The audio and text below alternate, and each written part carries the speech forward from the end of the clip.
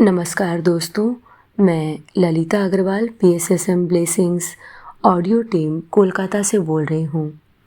पिछले ऑडियो में हमने जाना कि टॉरकॉम जी 7 डेज पर एक लेक्चर देने जा रहे हैं। ऑडियो नंबर 117 में हम इसी घटना को आगे बढ़ाते हैं। वह बताते हैं लेक्चर बहुत ही सफल रहा। 120 लोगों से भी ज़्यादा लोग उपस्थित थे। जब हम टेम्पल में गए, एक व्यक्ति ने आकर मुझे ग्रीट किया और कहा, हमारे पास अभी भी 20 मिनट है। आप हमारे अंदर के टेम्पल में जाकर ध्यान कर सकते हैं। उनके लॉज में एक लेक्चर हॉल और एक टेम्पल है। मैंने कहा ठीक है, यह अच्छा आइडिया है। मैं दरवाजे के पास लगी हुई कुर्सी पर बैठ गया।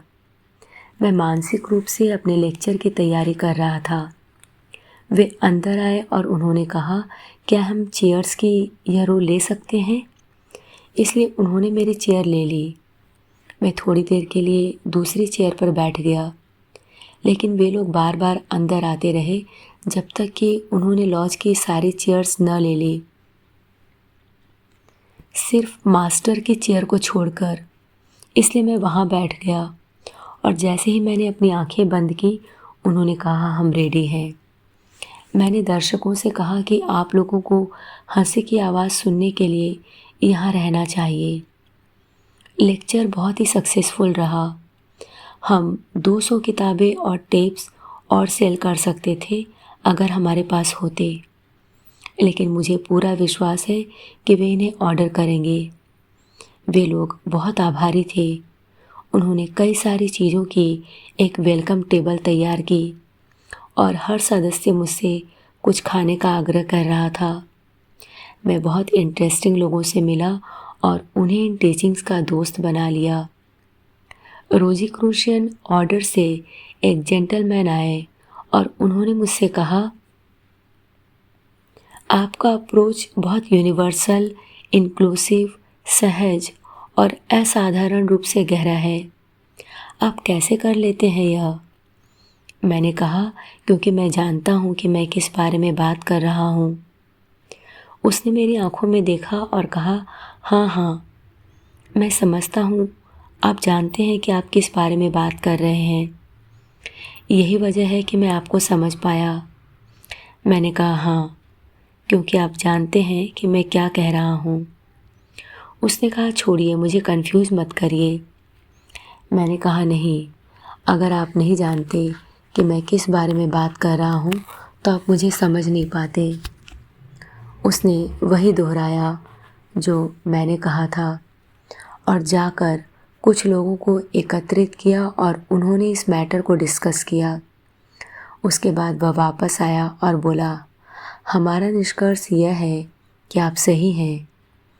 एक इंसान कुछ समझे उसके पहले उसे जानना होगा। उसके बाद फिर सीरियस होते हुए उसने मेरी तरफ देखा और कहा, लेकिन यह कैसे संभव है? मैंने कहा, जाओ और रात को शांति से सो जाओ, तुम्हें उत्तर मिल जाएगा। लेकिन उसने कहा, आश्चर्य की बात तो यह है कि मैंने तो सोचा कि मैं आपको समझ गया। मैं वही करूँगा जो आप सजेस्ट करेंगे।